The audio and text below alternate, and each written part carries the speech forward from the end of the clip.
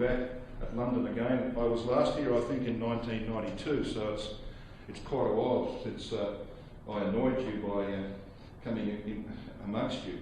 Now, brothers and sisters and young people, we've got a very, as Ron said, a very interesting subject before us tonight, and that is looking at the way in which we should live our lives today. We should be living our lives today in the vision of the kingdom. And I want to take you back straight away to a pretty well-known passage in the Old Testament, to Proverbs chapter 29 and verse 18. If you come back there and just share for a few moments with me what this passage is really telling us. Proverbs chapter 29 and verse 18. You know, we can take this one verse and analyse it, which we're going to do, or we can read it in its context, which is probably a wiser thing to do. You know, the context is pretty clear, isn't it? You look at verse 14 of Proverbs 29.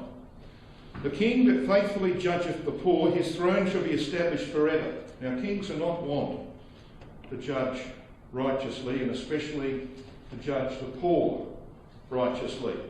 History shows that. But a wise king who looks down the corridor and says, if I do the right thing by my people, and I operate now in a way that will ensure their future, they will ensure mine. And they will want my dynasty to continue. So here's a man who's wise. He looks into the future and makes decisions about how that should affect his ways now. Read on, verse 15. The rod and reproof give wisdom, but a child left to himself bringeth his mother to shame. You know, I used to chastise my children, not because I was angry with them. I was disappointed when they misbehaved and when they rebelled. I chastised them for one reason. I wanted to give peace to their mother and peace to their God. And that's why I chastised them. So I looked down the corridor to the time when they would be teenagers and dealt with them when they were 5, 6, 7, 8, etc.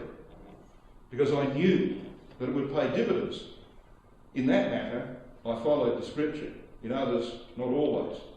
Let's read on. Let's come down to verse 20. Seest thou a man that is hasty in his words? There is more hope of a fallen of him. In other words, here's someone who doesn't think about the consequences of what he's saying. He doesn't think, well, if I say this now, it's going to cause me trouble later on. Have a look at verse 21. He that delicately bringeth up his servant from a child shall have him become his son at length. Now, masters, especially ancient masters, were not always inclined to deal kindly with their servants, their slaves. They were slaves. But the wise master would say, if I deal kindly with my slave and treat him justly, he'll want to serve me forever. So here is a man who's looking down the track. He's looking down the corridor of time and saying, what do I need to do today to secure the future? Got the context? That's where verse 18 fits in. Verse 18 says this, where there is no vision, the people perish. But he that keepeth the law, happy is he. Now this word vision here is the Hebrew word chazam. It means mental sight. Now one of the things that God gave to human beings he did not give to the animals, as far as we can tell, is he gave them the ability to create pictures in their brain. And I know what that's like. I can create incredible pictures in my brain. And the ones that come from my natural resources are not all that good. I certainly wouldn't want to publish them to you. But that's the ability I have. And you've got that ability, haven't you? You can create images on the screen of your brain, and they're very vivid. That's what he's talking about. That's why 85% of the Bible is prophecy. Yes, 85% of it is prophecy. It's designed to create pictures in your brain. That's why you've got the detail in Ezekiel chapter 40 to 48, and we'll go there briefly later on. Detail which when we read it, what's this all about? Well, work at it. Because if you work at it, you create a vivid picture. And I've walked around Ezekiel's temple. Not literally, but because I've made a detailed study of it. I've walked around. I can actually reach out and touch it. It's real. That's why God put it there. See, so we've got that ability to create pictures. And he says, where there is no vision like that, the people perish. Now this word perish is the Hebrew word parah. It means to loosen, to expose, to dismiss, has the idea, of course, of nakedness at the end. Rotherham says, a people is let loose. Young's literal translation said, without a vision is a people made naked. And we don't want to be found naked at the return of Christ, do we? Spiritually naked. How can you avoid spiritual nakedness? Well, by having a vision of the kingdom which governs the way you live today. Looking down the corridor and saying, I am confident that these things are going to happen. I know they're going to happen. So they are the true realities, not what I see around me. And when that is what governs your life, then you will live in the vision of the kingdom. You will live for the kingdom. And this is all about faith, isn't it? It's about faith. But you know, there's a huge contrast between people who live like that and people who live as they were born naturally. Proverbs chapter 4, verses 18 and 19 makes this point. It says, but the path of the just is as the shining light that shineth more and more unto the perfect day. Now the perfect day is the day of the kingdom. Can I just ask you a question? I'm not meaning to put you in an uncomfortable seat, but I do want to ask you a question. Just go back 5 years in your life. Now for the young people this might not be quite so appropriate. 1 or 2 years in your life. But for the older ones amongst us, go back 5 years in your life and just ask yourself a genuine question. Is your vision and therefore your expectation of the kingdom brighter today than it was 5 years ago or 1 year ago or 2 years ago? Now be honest with yourself. I don't want an answer from you. But if your answer is no, it's not, well then maybe this verse doesn't apply to you. You see what it says? The path of the just is as a shining light that shineth more and more unto the perfect day. So it increases as we get closer because the expectation rises. You can see it coming and you want it to come. But the way of the wicked is as darkness. They're receding. They're going into darkness, you see. Whereas the righteous, who have got a vision, are increasing in their understanding and their path becoming brighter and brighter.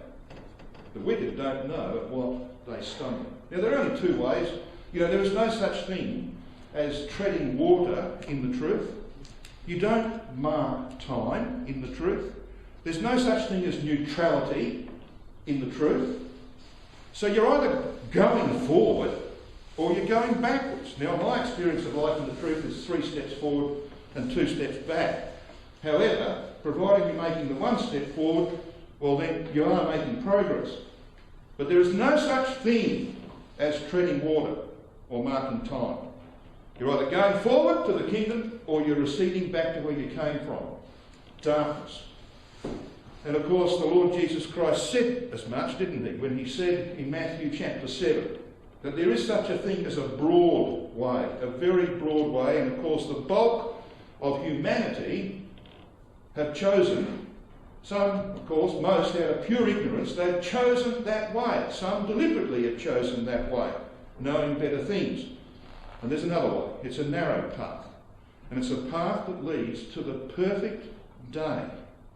That is what we want to talk about tonight. We want to talk about living in the vision of the kingdom. Now here's another very simple verse. I'm going to give you the simple ones first, and then we're going to challenge you a bit more later on. I want you to come to Hebrews chapter 11. Now you can recite this one backwards, can't you? Hebrews chapter 11 and verse 1. And so we should, because this is the primary verse in our Bibles about what faith is. So let's analyse it and see if we can extract from it what the Apostle Paul was saying. He says in Hebrews 11 verse 1, now faith is the substance of things hoped for, the evidence of things not seen. Now as you can see behind me, this word substance is the Greek word hypostasis. It means a setting under, a support, a foundation, or confidence. And Brother Thomas translates this passage this way. You can see it there in the blue. Faith, he says, is the confident anticipation of things hoped for, a full persuasion of things not seen. The Revised Version adds giving of substance to things hoped for. So you see, what faith does is it makes things that you cannot see with your eyes, because they don't exist today, except in the mind and purpose of God. You can't see them with your eyes, but faith allows you to make those things more real than what you can see with your eyes. We're going to talk tonight about the great realities, because let me just say to you, and I think most of you are sensitive to this fact, the things that are happening around us and the things that are happening within our community are telling us, they're in fact shouting at us, that we are close to the return of Christ. And what we see today and what we experience today, the homes in which we live, the halls in which we meet, is all now, very shortly, going to recede into the distant past when we stand in the presence of our Lord Jesus Christ in the day of judgment. All of that will be put in the right perspective then, and we'll see it for what it's worth then. And the great realities of the future will come into view. The first one will be that Jesus Christ does actually exist, that he is immortal, and that he has come from the right hand of God to judge his household. Judgment must begin at the house of God, and if it first begin at us, what shall be the end of those that obey not the gospel of God, says Peter. It will be the great reality. And beyond that, there is the great reality of the kingdom, the great reality of the temple, in which all nations will worship for 1,000 years, and in which you and I, if we are there, will operate as kings and priests. They are the great realities. How real are they in our minds? And do they govern the way we behave today? The choices we make today? That's a question that only you can answer. Now, the next word that we want to focus on is this word evidence. It's the Greek word elekos. It means logical proof or evidence or demonstration or a convincing argument. He's talking, of course, about the power of the Word of God to produce a rigid conclusion that things actually happened. And because they actually happened as God said they did, it's a guarantee that what he says is going to happen in the future will happen. That's what faith is about. So faith, says Brother Thomas, is reality and proof. That's how he interprets these two words: substance, reality, evidence, proof. Faith is reality and proof. The person who has it embraces certain things promised as realities, and certain transactions as things proved. Now that is what we must have. Nobody will be in the kingdom without faith. Faith comes, of course, and it's developed in different degrees in different people. But without faith, says verse 6 of this chapter, it is impossible to please God. And of course, the Apostle Paul tells us that faith has these two elements in it. In verse 6, he says, "For he that cometh to God must believe that he exists." So there's the first thing. You know, I know many people, many people who believe that God exists, but they don't believe the second element. And the second element is this: and that he is a rewarder of them who diligently seek him. There's plenty of people who believe that God exists, but there are much fewer who really believe that he's a rewarder of them that diligently seek him. And if you have got a strong, clear vision that is real, then you are likely to serve him as one who will reward you for that kind of faith when the time is right. So here it is. This is just one little brief picture of the true reality that is before us. And we now need to live in the vision of the kingdom, to live as though we really believe that we know it's coming. And that's one reason why we read tonight from Revelation chapter 10, because of all the visions that are in the Word of God, and There are squillions of them, if I might use that word. This one really touches me. It is the vision of the mighty rainbowed angel of Revelation chapter 10. So let's just spend a few minutes and see if we can make this real. Yes, to be sure, it's symbolic language, but in actual fact, its accomplishment is going to be through real people like you and me. Now, what is this vision all about? Well, we read in verse 1, "And I saw another mighty angel come down from heaven, clothed with a cloud, and not a rainbow, but, as it should read, the rainbow was upon his head." Now, of course, all of us know that the rainbow has 7 colours. But this rainbow has a particularly strong, dominant colour. You know what that is? Well, let's come back to chapter 4, to the 4th chapter. Don't lose chapter 10, but chapter 4, verse 3 tells us this. This is the vision of Christ sitting upon the throne, surrounded by his saints. Revelation 4 and verse 3 we read this, "And he that sat was to look upon like a jasper and a sardine stone. And there was a rainbow round about the throne in sight, like unto an emerald." Now, of course, emerald is green. So the predominant colour of this rainbow is green. I wonder why. Well, green is the biblical colour for immortality. Just like in a couple of months' time, all of your dead or seemingly dead grass and trees are going to blossom in the spring and everything will turn green, won't it? What's that tell you? Life, new life. So green is the colour of immortality. So we have this angel, he's got this rainbow above his head. And we know how rainbows are formed.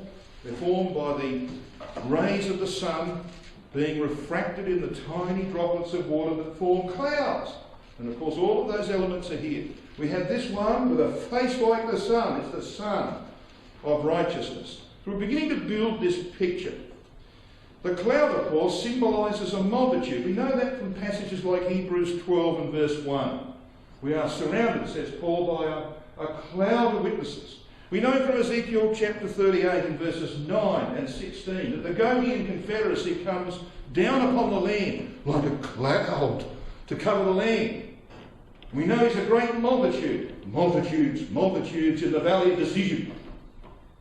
So a cloud symbolises a multitude. There's no question about the multitude here. Clouds are normally white, aren't they? Except when they're bearing heavy rain. White is the symbol, the colour for righteousness. So here we've got a righteous multitude who enshroud this mighty angel who has a face like the sun. Christ, of course, is called the Son of Righteousness. So here we are, brothers and sisters and young people. If we're going to be in the kingdom, then this is our first work. Having been taken as the bride of Christ, he will form us into an army, and for 40 years we are going to go out and bring this world under the control of our Lord Jesus Christ. That is the work that is before us. It is a work, of course, of great moment, because it will see the establishment of the kingdom of God. Now, what about the angel's feet? Well, it says at the end of verse 1, and his feet were as pillars of fire. Brother Thomas calls them pedal pillars of fire. Now, fire is the biblical symbol for judgment. And feet, of course, are what you use to walk or march. But this angel, when we see him in verse 1 and 2, has actually concluded his march. He's come to the end of his career of 40 years of judgments. How do we know that? Well, just read on, verse 2. And he had in his hand a little scroll. That's how it should read. A little scroll open. So when you look at this picture, this is what you have. He has in his hand a little scroll. And it's open. Now when you open a scroll, we know this from chapter 5, you actually fulfill what's contained, what's written in it. So this angel's work has been performed. The scroll has been unrolled. It's a little scroll because it's a little period of time in comparison with the 7 sealed scroll of chapter 5, which of course went on for thousands of years. This only goes for 40 years. The 40-year period of divine judgment. And it's been played out in the earth through the activity of this mighty angel, who has used his pedal pillars of fire to march through the earth, to walk to and fro through the earth, Zechariah chapter 1, and to subdue the nations. But now he's stationary. See what it says in verse 2? And he set his right foot upon the sea and his left foot upon the earth. So the right foot is upon the Mediterranean Sea, that is, he has subdued the nations in and around the Mediterranean. Of course, his first major victory is over the Gobian Confederacy in the land. And of course, the left foot on the earth, this is the Roman earth that's being referred to.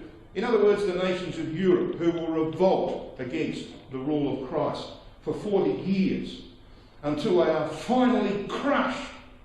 That's what Revelation chapters 14 through 19 are all about. So here we've got the work of the mighty rainbowed angel at the end of his career. But there has been a career, and it's a career in which 7 thunder judgments have been poured out. Let's just read on. Verse 3. And he cried with a loud voice, as when a lion roareth, and when he had cried, 7 thunders uttered their voices. And when the 7 thunders had uttered their voices, I was about to write, and I heard a voice from heaven saying to me, seal up those things which the 7 thunders uttered, and write them not. We'll come back to that point in a moment. But these 7 thunders, of course, are going to be played out. So here they come, the 7 thunders, uttering their voice. Now, 7 thunders is drawn from Psalm 29, by the way. If you go back, we haven't got time to do that now, but you go back and have a look at Psalm 29, and you will find that 7 times in that psalm, the phrase, the voice of Yahweh, is used. And it's in the context of the voice of Yahweh thundereth. You know what the Jews used to call thunder? You got it. The voice of God. So the voice of Yahweh thunders 7 times to bring these judgments upon humanity. And finally, when that 40 years is up, the angel can stand victorious on sea and earth. So here we have the vision that is before us. Now, what about John's position in relation to all of this? Well, he's there to represent you and me. In verse 4, he's told to seal up those things and to write them not. Why can't he write them? Are these things too awful to be written? No, that's not the reason, because I can show you some pretty awful things from the rest of the Bible as to what's going to happen in this 40-year period of divine judgment. That's not the reason, but there is a reason. And the reason is provided for us over the page in Revelation chapter 10, verses 8 and 9 and 10. We read this. And the voice which I heard from heaven spake unto me again and said, Go and take the little scroll, which is open in the hand of the angel which standeth upon the sea and upon the earth. So you've got a picture in your mind, and just imagine that you're John, because he's there to represent you. You know what he calls himself in chapter 1? Your companion in tribulation. So he's there on your behalf. So we're going to see in a moment that Ezekiel, back in the book of Ezekiel, there on our behalf. And what's John told to do? Well, this voice tells him to approach the angel, to take a scroll and to eat it up. When was the last time you ate a newspaper? Or even a Bible? A page of the Bible? Well, we don't do that, do we? This is a rather unusual request, isn't it? So John's told to eat it. Why? Well, let's read on, verse 9. And I went unto the angel and said unto him, Give me the little scroll. And he said unto me, Take it and eat it up, and it shall make thy belly bitter, but in thy mouth it shall be as sweet as honey. And he found exactly that to be the case. It was sweet in his mouth as he was eating the scroll, sweet in his mouth, but bitter in his belly. You know, when we are invited to be involved in the judgments of our God upon this earth, brothers and sisters and young people, it's not going to be an extremely pleasant experience. It's actually going to be quite a bitter experience. But we will agree, absolutely, that it's right.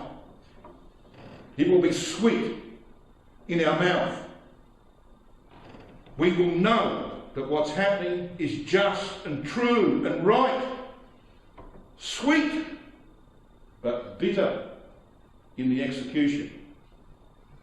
And this is the reason why John was not allowed to write these things down. They were not to be outside of him. He was not to act as though, well, this is something, well, it's interesting, but, I can pass that by. John, if you're going to be involved in these things, they have to become part of you. You have to live in the vision of the kingdom. You see, that's the point, isn't it? That's the principle here. They must become part of you. They can't be outside of you. Go and take the little scroll. So does the angel walk up to John and say, look, open your mouth and shove it down his throat? No. John has got to go to the angel. What does that mean? He wants to be part of this angel community.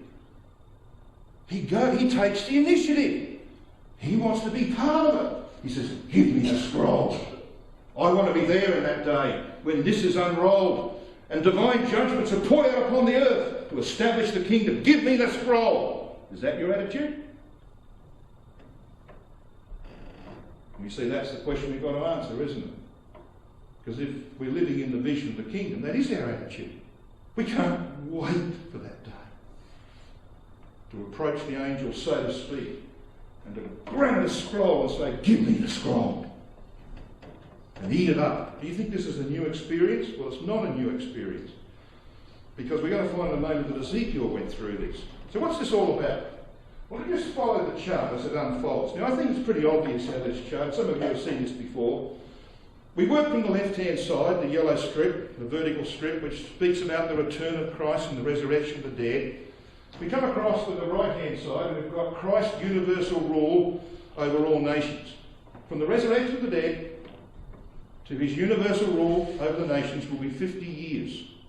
Now, I know that the young people, you say 50 years, I think, 50 years? That's hideous. Well, wait till you get to my age. 50 years doesn't sound too long. But anyway, 50 years is what God has provided for this period, from the resurrection of the dead to the time when Christ has absolute control in the earth. Now, you can divide this period up into two parts. We know that the last 40 years of the 50 is the time of divine judgment. We'll speak briefly about that later on. So Armageddon occurs here, which of course leaves 10 years for the work of the judgment seat, which will only last a year or so, of the marriage of the Lamb, a year for the rejoicing of Christ with his bride, in which he'll go around and personally meet and probably embrace every single member of his bride, and there's going to be a few of them. It's going to take him a year. The law prescribed that. Deuteronomy 24 verse 5 said, when a man takes a wife, he doesn't do anything for 12 months. You don't send him to war. He cheers up his wife for 12 months. Wouldn't that be great today? Well, Christ is going to do that. He's going to go around and meet every one of his bride in that 12-month period before they prepare for war. So this is how this 10 years is going to be eaten up. Of course, he has things to do before Armageddon, as we're going to see. So there's the judgment seat, there's the marriage and the preparation. It's going to see the revelation of Yahweh Sabaoth in the earth, but his power and glory will not be seen for most of that time. His power in terms of the use of judgment, yes, but the saints' glory will be withdrawn until the evening period. Now, the first work that Christ has been involved in is the sending forth of Elijah. That starts before Armageddon, and of course it's a work of the second Exodus of Israel, which goes on for 40 years, just like the first Exodus of Israel. He also has a work amongst the Arabs in the Sinaitic region before Armageddon, and the smiting and healing of Egypt, events which I believe have already begun. Isaiah 19 is already underway in the events that we've seen in the last 3 weeks. Isaiah 19 is clicking away right now. And it won't be too long before the next stage of that will be in play. And of course, Armageddon's got to fit in there, and 40 years for the conversion of Egypt, which is what Isaiah 19 is all about. Then comes Armageddon, and of course that's the time when Gog is destroyed. His forces are buried in the land. Judah, at least 1/3 of them, are saved. And of course it's the beginning also of a 10-year period of proclamation to the nations in which the saints will go out and they will make their appearance to both the rulers of the world and to the ordinary populace. That's why it's called a mid-heaven proclamation. Heaven is the government, the earth is the people. It's a mid-heaven proclamation because they will talk to the governments and they will talk to the people. Why do you think that's necessary? Well, what if the saints were to go after Armageddon to the European nations, for example, and say to the European leaders, who we know will revolt against Christ's rule, look, tell your people that there's a king in the earth who demands your subjection. You reckon the European leaders would say, yeah, we'll go and tell our people? Yeah. That's why it's got to be a mid-heaven proclamation. Tell the leaders and tell the people, nobody's got an excuse. No one. You rebel against Christ's rule after that, you deserve the judgments that are coming. So for 10 years the saints will do that work. And then of course comes the hour of judgment of Revelation chapter 14 and verse 7. Starting with the destruction of Rome in Revelation 14 verse 8, Catholic Europe is then progressively destroyed by the returning Jews coming back to the land under Elijah. They are the weapon. They are the arrow of Zechariah chapter 9 and verse 13 that strikes through the heart of the enemy. And of course, while all this is going on, sensible nations like Britain and Australia and Canada, probably America, will submit to the rule of Christ immediately after Armageddon and get involved in the building of the house of prayer for all nations. And when all of this has been nearly accomplished and the papacy has been revealed with its system to be the hard system that it is, Christ will reveal his bride to the world in the marriage supper of the Lamb. So it's going to be something like nearly 50 years after the marriage of the Lamb that the supper will be held. But wait a while for your meal. You know, marriages today in Australia go for about 8 to 10, sometimes 12 hours. And between the ceremony and the time that you sit down for what they call the breakfast, the wedding breakfast, can sometimes be 4 hours. 4 hours. You believe that? We're stupid in Australia. Anyway, that's what it's like, see? So you have a ceremony and then you have the marriage supper. So you've got a bit of a feel. Now, how do we know that there's going to be a 50-year period? If you've got a thinking cap, pull it on, because you're going to need it shortly. All right? We're going to talk about this. I want to come back to Ezekiel chapter 1 and talk about this 50-year period. Ezekiel chapter 1 is the beginning, of course, of this magnificent book. Speaks eloquently about our role in the future. Young people, if you really want to get your teeth into something that will make the future real, then why don't you make a study of portions, at least, of Ezekiel's prophecy? Start with chapter 1 and then get into chapters 40 to 48. It's absolutely magnificent what's here in this book. So in Ezekiel chapter 1, we read this in verse 1. Now it came to pass in the 30th year, in the 4th month, in the 5th day of the month, as I was among the captives by the river of Kibar, that the heavens were opened, and I saw visions of God.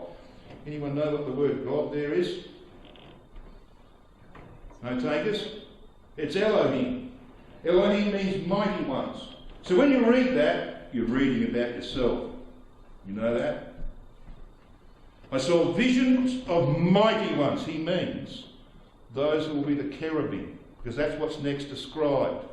The saints in glory. Okay, he's talking about you. So it's very important to us. So he gives us here a couple of dates. It says in verse 2, in the 5th day of the month, which was the 5th year of King Jehoiachin's captivity. Now this is about the last period of Judah's history. We all know the last king of Judah was this fellow Zedekiah. He was preceded by Jehoiachin, the son of Jehoiakim, who ruled for 3 months. And then, of course, before Jehoiakim we had Jehoahaz, and before that the wonderful King Josiah. Well, Ezekiel is beginning to prophesy in what he calls, in verse 2, the 5th year of King Jehoiachin's captivity. So here we have Jehoiachin's captivity, this line here, and 5 years after that is when Ezekiel chapter 1, verses 1 and 2 is recorded. Got it? But he also calls it in verse 1 the 30th year. Now some think that this is the age of Ezekiel, that he was a priest, and priests began their ministry at age 30. Well, if that's the case, why does he give you 2 days? So it just doesn't make sense. This is not about Ezekiel's age. This is about the year that he wants you to focus on, that the Spirit wants you to focus on. He wants you to step back 30 years. And when you do step back 30 years, guess where you come to? To the 18th year of Josiah. The year of the great Passover of Josiah. You remember that year? You know what happened in that year? They found the only remaining copy of the Book of the Law in the land of Judah, stuck in the corner of the temple, cemented in. And they found it, they took it to the king, he said, "Oh, we're in serious trouble."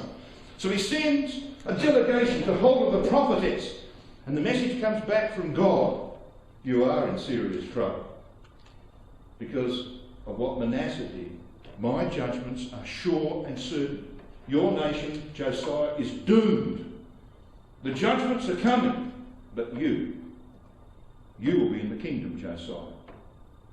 And I'm going to kill you so you don't see the judgments that are coming." And 13 years later, Pharaoh Necho came up from Egypt. Josiah went out against him. He didn't come home alive. 39 years of age. He was dead. Because God didn't want him to see the dreadful things that would happen to Judah because of the sins of Manasseh. But he'll be in the kingdom. So you see, this was the year that destinies were determined. Josiah's destiny was determined. His people's destiny was determined. The nation's destiny was determined. It's the year signifying for you and me when our destinies will be determined. That happens in the year of our resurrection, if we've died. If we're alive and remain, it's the year of our destiny being determined. Now I want you to come to Ezekiel chapter 40. I'm going to step into the future a little bit. Ezekiel chapter 40 in verse 1.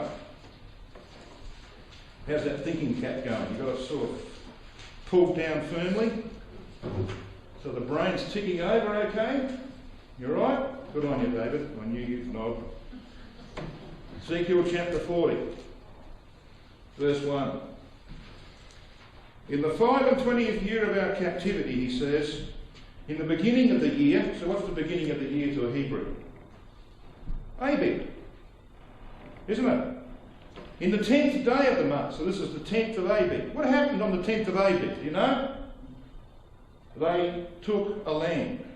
Each family took a lamb and corralled it for 5 days until the 14th of Abib, when it was made a meal, wasn't it? The Passover lamb.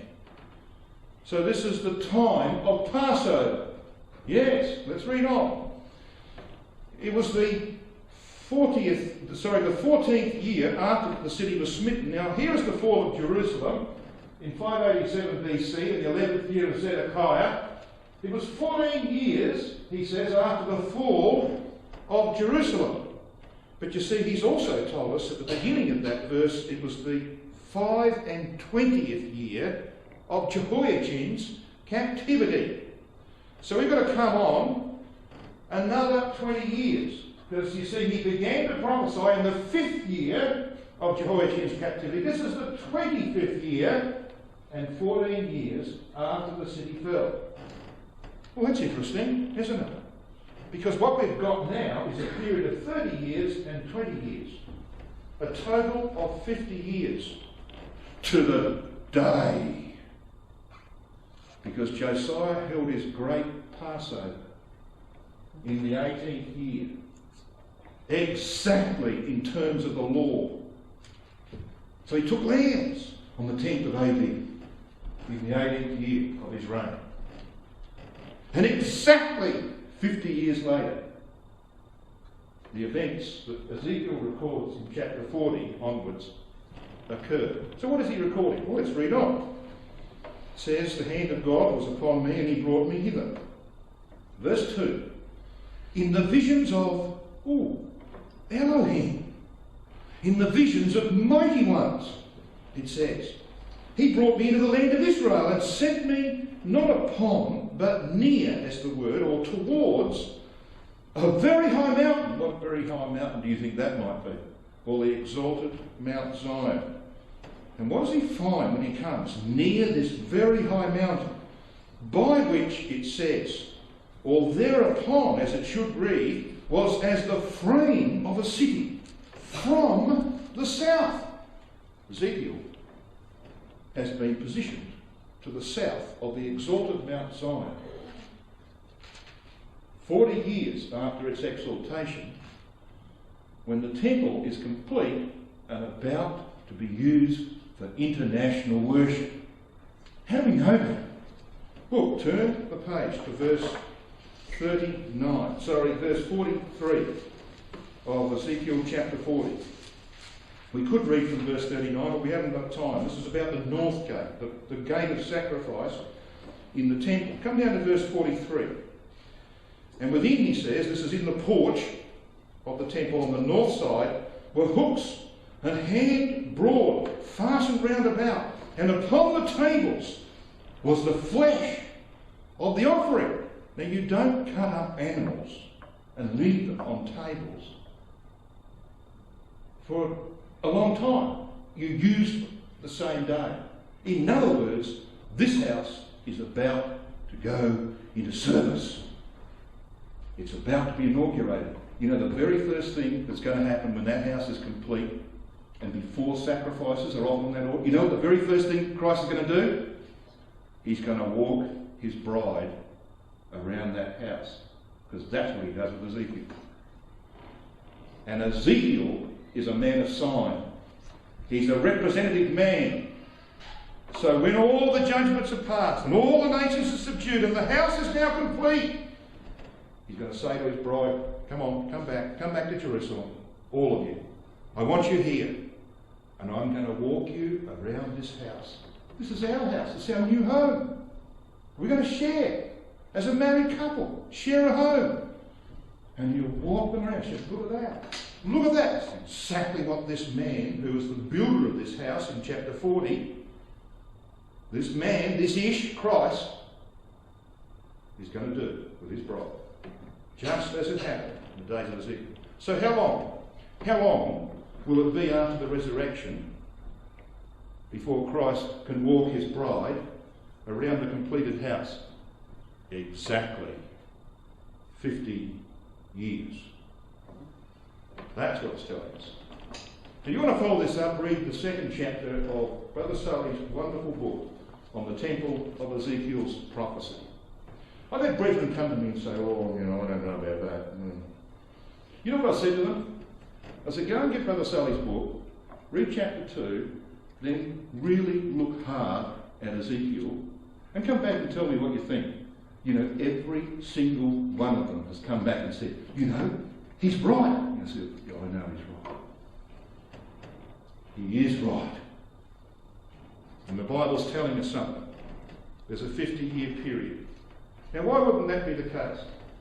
Because over here, destinies were determined in the 18th year of Josiah, and 50 years later the temple is seen to be open for service, and the bride is walked around it. So you see, when you go back to this chart, here's the resurrection, 50 years later, marriage supper of the Lamb is held, Christ walks his bride around the house before he invites the nations to come in and to start their worship in that place. You know, when we go back and have a look at the experience of Ezekiel himself, it's identical to that of John. I want you to come back to Ezekiel chapter 2 and 3. Ezekiel 2 and 3. In verse 9 of Ezekiel 2 we read this. And when I looked, he says, behold, a hand was sent unto me, and lo, a roll of a book was therein. So there's a hand with a scroll in it. Just like John saw the mighty angel with a scroll open in his hand. It says in verse 10, and he spread it before me. So this scroll was opened up, and it was written within and without, and there was written therein lamentations and mourning and woe. In other words, divine judgments against his own people. So what was Ezekiel supposed to do with this scroll? We'll read verse 1 of chapter 3. Moreover, he said unto me, Son of man, eat that thou findest. Eat this roll, and go speak unto the house of Israel. So he's invited to eat the scroll. Now this all lines up with John, doesn't it? Ezekiel saw a scroll. John saw a scroll open in the angel's hand. It was written on both sides of the divine judgments. The one in Revelation chapter 10, verses 3 and 4, contains 7 thunder judgments. Ezekiel is invited to eat the scroll, and in verse 8, John is invited to take and to eat the scroll. So what does Ezekiel find? We'll look at verse 3. He says, and he said unto me, Son of man, cause thy belly to eat, and fill thy bowels with this roll that I give thee. Then did I eat it, and it was in my mouth, as honey for sweetness. In other words, Ezekiel agreed. He agreed with God's judgments against his own people. Do you reckon he felt comfortable about that? Or was that bitter to Ezekiel? Judgments upon his own people in which he was going to be involved. Well, it was bitter. Have a look at verse 14 of Ezekiel chapter 3. So the Spirit lifted me up and took me away, and I went in bitterness in the heat of my spirit. But the hand of Yahweh was upon me. Brothers and sisters, it's not going to be a pleasant experience to have to pour out divine judgments. It will be bitter, but it will also be right. And because it's right, and we know it's right, it's sweet in our mouth. See the point of that? Now, this is really living, isn't it, in the vision of the kingdom. We've got Ezekiel and John being asked to eat scrolls. So I've arranged tonight, afterwards, you're not going to have cakes. No cakes. I've got some parchment. And we've cut it up into small pieces. And you're all going to eat it. And you'll enjoy it. It'll be sweet in your mouth, but terrible in your stomach. Got the point of that? You've got to live in the vision of the kingdom. This is what happened to John. It's got to happen to you and me. You need to take the initiative. I'll tell you something that's not going to happen, young people.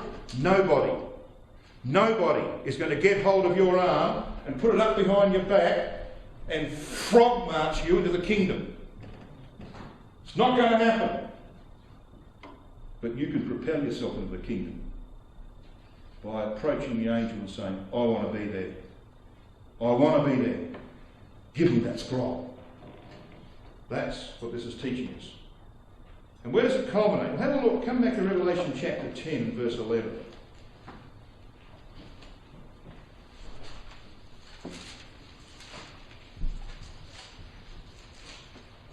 Revelation chapter 10 and verse 11 we read this. He's found it sweet in his mouth and bitter in his belly. And he says this. He said unto me, Thou must prophesy again before many peoples and nations and tongues and kings. How many people think that that refers to the saints going out and preaching in the kingdom age? Most people think that. It's not what it means. Brother Thomas says this in Eureka.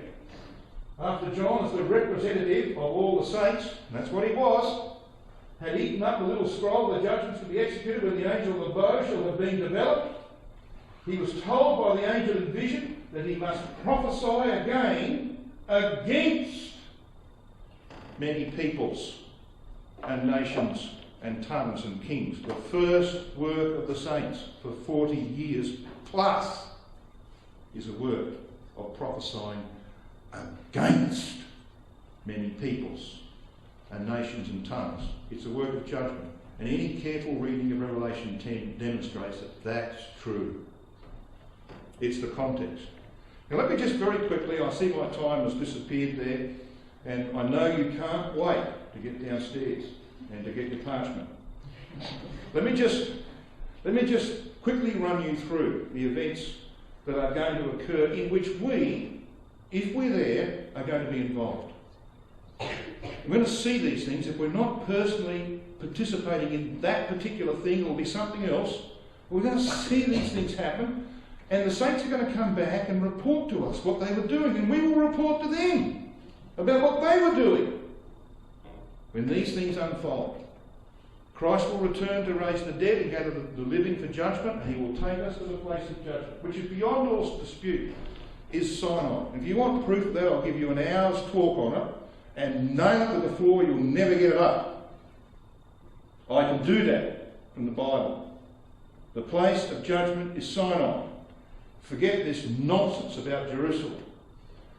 So here he is. He brings the dead and the living to the place of judgment. Elijah is sent to Jews living outside the land of Israel. He doesn't have a role amongst the Jews in the land. That's also clear from Bible prophecy.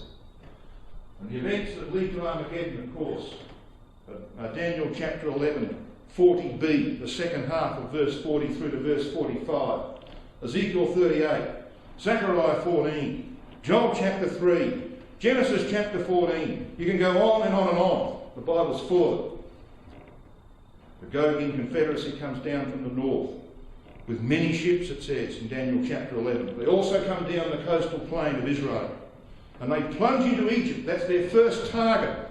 Isaiah 19. Yahweh will deliver the Egyptians into the hand of a cruel Lord, it says in verse 4 of that chapter. And here he is, he's arrived. But he's not there all that long, because tidings out of the east troubled him, because Christ and the saints begin the subjugation of the Sinai Arabs to receive the fleeing Jews from the battle of Armageddon. Tidings, of course, come from the north, because the Western powers, or the Tarshish powers, are ensconcing themselves in and around Jerusalem. But first of all, Gog is victorious. He does conquer Egypt. The ships of Tarshish are destroyed with an east wind, says Psalm 48 verse 7. That east wind, of course, is the Russian Navy. It's based in Syria. They have two bases in Syria. You know what the Syrians were called in the Bible? The east wind. So they destroyed a British fleet in the eastern Mediterranean. They've got to come around through the Persian Gulf. So the Western nations come around through the Persian Gulf, their allies, and they fortify Jerusalem. And Russia, hearing the news from the east and hearing the news from the north, takes his main forces out of Egypt, comes back to Jerusalem. And there he defeats the Tarshish powers. He's victorious, says Daniel chapter 11. He sets the tent of his power in my glorious holy mountain between the seas. But he will come to his end, and none shall help him. Because Christ will be there shortly to deal with him. But he's got a work to do amongst the Egyptians first. He's got to smite and heal Egypt. So he sends a company, probably led by himself, if not by himself, by Joseph. And he goes into Egypt to begin the work of converting that nation. It will take him 40 years, and it will be hard work. The Jews are defeated along with the Tarshish powers, and many of the Jews are taken into captivity or flee south to be received by the Arabs, their Arab brethren who have been prepared by the saints to receive them. And then, of course, we have Christ advancing from Sinai to Jerusalem, as described so beautifully in Deuteronomy 33 verse 2, Psalm 68 and Habakkuk chapter 3. And he finally arrives at the Mount of Olives, which splits in two. Half goes towards the north and half toward the south. And the forces of the invader are decimated in the land. And the fleeing Jews will then return to meet their Messiah. And then he will send out the saints for 10 years in the mid-heaven proclamation, demanding the subjection of all people. And of course we know what's going to happen. The Pope and his people will bring their doctrine of Antichrist into view. And they will convince their people that this impostor in Jerusalem is the Antichrist of their doctrine. And they will oppose him for the next 40 years. Sensible nations like Britain will submit to Christ's rule For 40 years there is intense activity in that land. It's cleansed, it's divided. The foundations of the temple are laid. Catholic Europe is judged in the hour of judgment as Israel makes its way back through Europe. Now, I was going to go and talk about all of that, but I'm not going to do that now. It's too late. And I know you can't wait to get your punch. However, let me just say this.